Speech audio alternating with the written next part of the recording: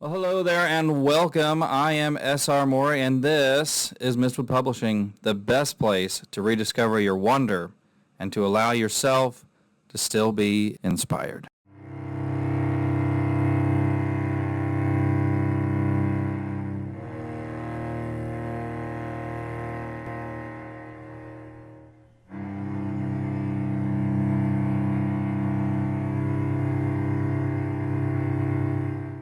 All right, today I wanted to talk about two returning characters for Servants of Judgment, Talia and Ruth, the two High Elf siblings from Saga 1.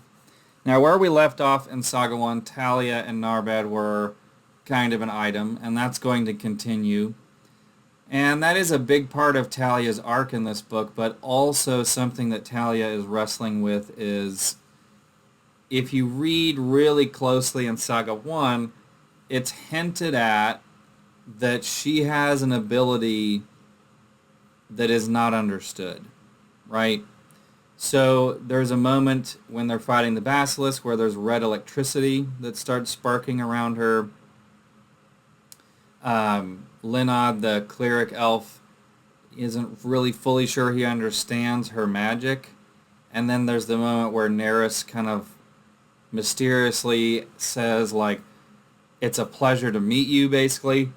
Like, it's an honor to meet a being such as yourself. Well, you're going to get those answers in Saga 2. So Talia is trying to juggle many different emotions in this story. She's in love with Narbad, and she wants to support him in this quest that he's going on. But she's also, like, she had her adventure. Think about the things that Talia wanted at the beginning of Saga 1. She wanted to go on some big adventure. She wanted to meet her knight in shining armor, essentially. Well, she has those things. So she's kind of like over it. She's ready to put the adventuring days behind her, but Narbad isn't. You know, Talia's ready to have kids, get married, have kids, maybe settle down a little bit, think about that part of their future, and Narbad's just not there yet. You know, he's focused on getting this quest completed. And so Talia is wrestling with that, and she's also wrestling with these abilities that keep on emerging more and more, and what are they? And what does she do with them? And that goes hand in hand because she's done with these adventures. She doesn't want to keep doing these, but it's becoming more and more apparent that she has a destiny with these abilities that she doesn't necessarily want. And so Talia's wrestling with a lot of things there. She's trying to support Narbad. She's trying to passively, tell Narbad what she wants. And she's also, trying to make sure that her brother is okay and that everybody is making it through. She's kind of like the mom of the group. She's trying to make sure everybody's safe. And she also has this power that she doesn't want and she doesn't understand. And it keeps getting more and more complicated. Now, her brother, Ruth, also in kind of a difficult situation. Where we left Ruth off, he just lost his arm.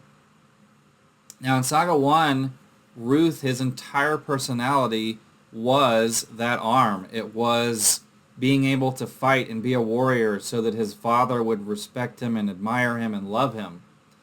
Well, now he's missing his right arm above the elbow, right? As you can probably see on the cover, he's going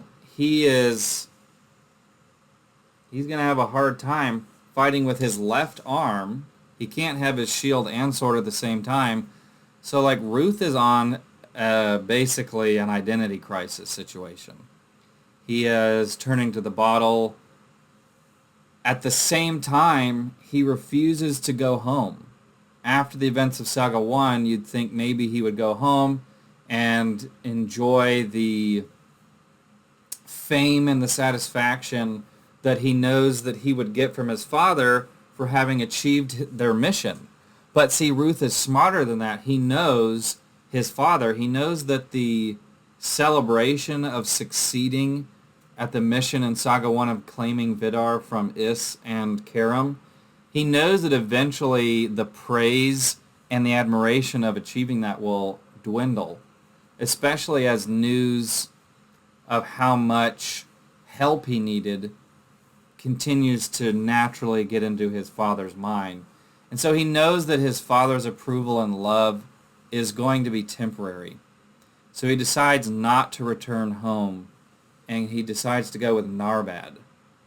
And it's deeply relatable because Ruth is trying to be a better person. He's trying to find who he is now. At the same time, he's still Ruth. He's still kind of a jerk. He's still racist. He's still just kind of a bully to Narbad and Zipes and really anybody. And Narbad being Narbad, he just wants to help him. So of course he's going to accept his company. And honestly, Ruth has a really exceptional arc in this story. And I have to credit the fans for this being there, because initially I didn't plan on putting Ruth in this story, but it's the love that people had for Ruth in Saga 1. In particular, a fan named Alex who really liked Ruth. He was his favorite character, and he was a Patreon supporter for a while. And it's really because of him that Ruth is in this book, and that we see what I think is probably the greatest character development that I've done. You know, I'll tell you some of the inspiration for Ruth is when I was watching Stranger Things, the character Billy really kind of clicked as being very similar to Ruth in a lot of ways. And there's a lot of inspiration from Billy and Stranger Things to Ruth. But like, you know, like the disapproving dad that's never going to love you no matter what you do. So you act like a jerk to everybody else. But what is that? What happens to that character when they lose the ability to impress their father?